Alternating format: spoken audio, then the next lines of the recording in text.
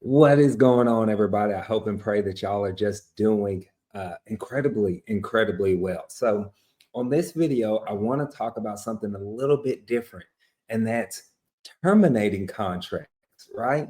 So, I had one of my members in my mentorship in the Corral community was talking to me, and they had a couple of contracts that they had to terminate, and then now it comes a point where they're ready to get some more deals. They actually have a couple of deals lined up that are ready to go, but they're trying to find end buyers for. So I want to talk through that with y'all. And prayerfully, this will add value to you too if you ever find yourself stuck in that situation. But first, please like, subscribe, share. You already know, check the description below. I have some amazing events coming up, from a live 3-day event, a live in-person exclusive mastermind style here in Dallas, Texas.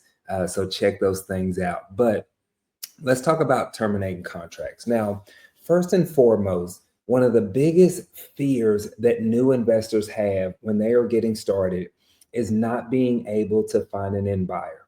I want you to know that that is okay. It's a part of it. All right. In fact, on average, I would say, you know, 60-70% of our deals will actually go to the closing table.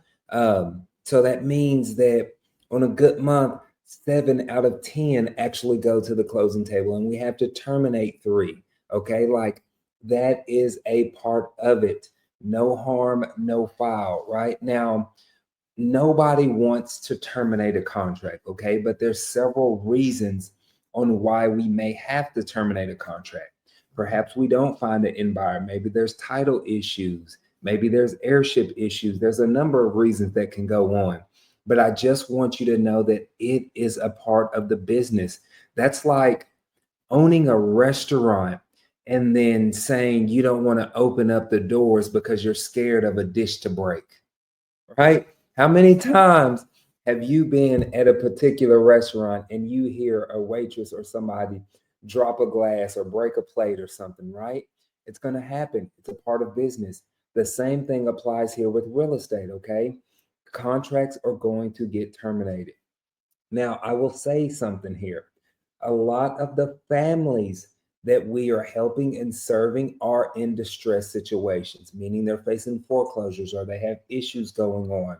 So when we know that things aren't going to be moving forward, we let those sellers know this as soon as we possibly can. Okay. In fact, even at the beginning, when I believe that things are a long shot, because I use investor base to find end buyers, let's say I go on there and I don't see many end buyers in this area. There could be less than 5, right? And so I will let that seller know at the very beginning, hey, Mr. Seller, well, we normally don't buy in this area, but I tell you what, let's go ahead and see if we can move forward. But I will let you know if any of our private money lenders aren't able to move forward, or our partners don't want to move forward on this deal because it is a little outside of our buy box. So this is kind of the way I verb it or word it, to where I'm setting the expectation to let them know that, hey, this is a long shot. There is a chance that we may not get this property closed.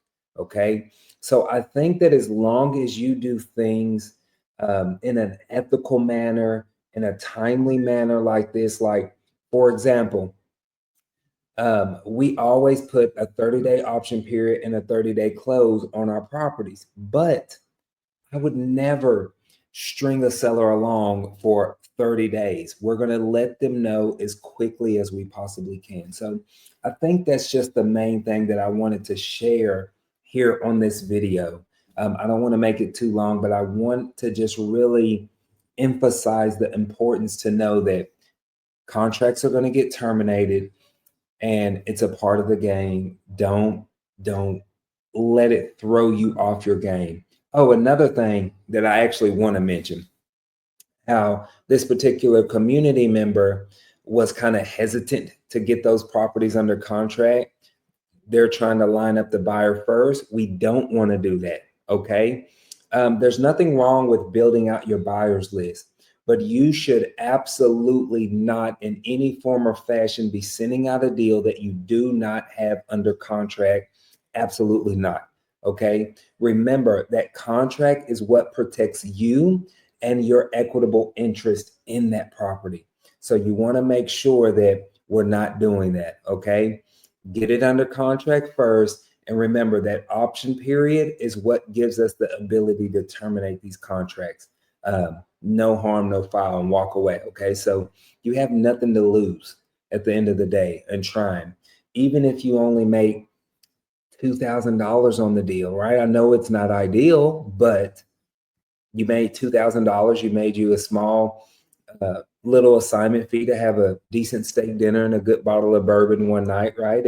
And you move on to the next, and you were still able to help a family out. So just know that you pretty much don't have nothing to lose there. But I hope this was helpful. Yeah, y'all have a beautifully blessed one, and I see you on the next one.